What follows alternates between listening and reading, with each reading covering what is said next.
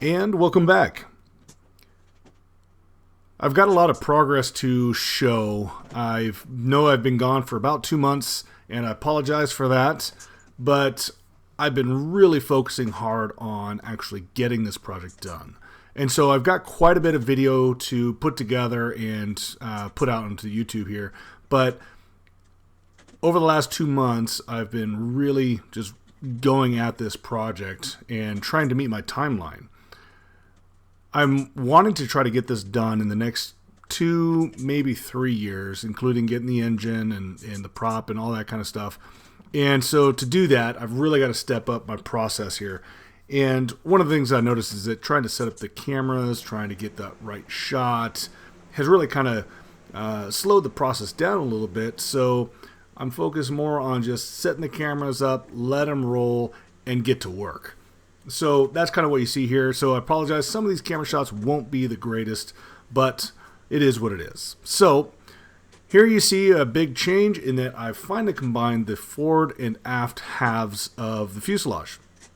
And what I'm working on now is getting everything lined up so I could basically put the bolts in that will hold the two halves together, getting ready to rivet the skins together on the bottom skins. I had quite a bit of problems trying to get these bolts lined up. In fact, I had to buy all new bolts. These are I want to say they're like AN47s. They're really long bolts. But it was just a matter of trying to get the two halves lined up perfectly, and I ended up trying to jam them and physically force these bolts, and it just didn't work, and I ended up scarring the threads really bad. So I had to get a new set. Finally got those in, lined it up a little better. One of the things I did use, and I didn't show here, is I used my digital level, just to make sure that between the two tables that the two halves are sitting on, the wing box was level with itself. Everything was as dead level as I could, just trying to get everything to line up so I minimize any risk of any kind of twist or anything like that. So the rest of this process here is just attaching the two halves together.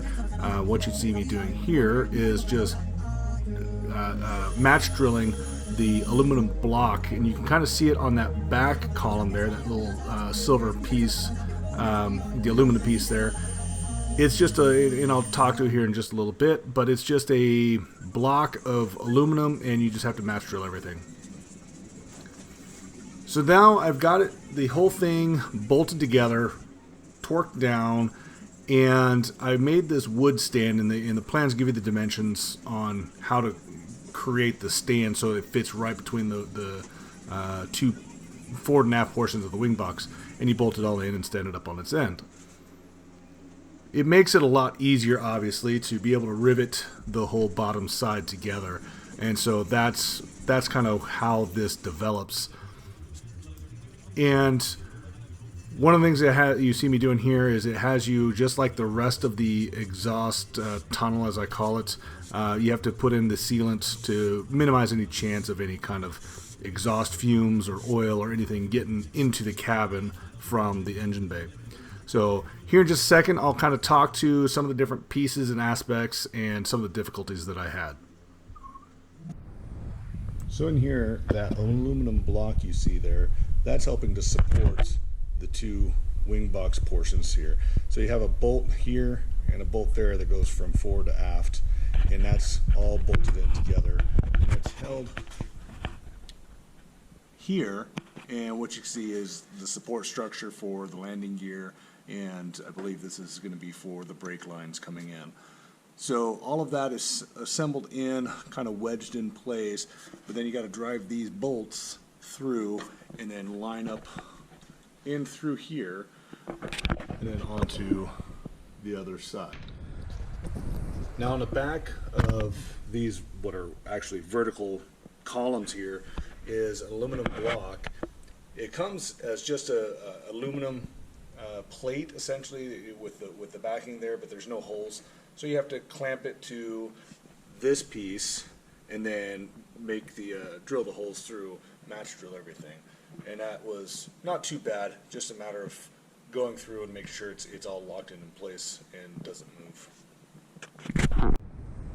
And then this is what the bottom's going to look like. I've got the cherry rivets all put in place. These are size 20. You have to upsize these holes to a size 20. And then the rest of the next step is just going to be to rivet all of these in place.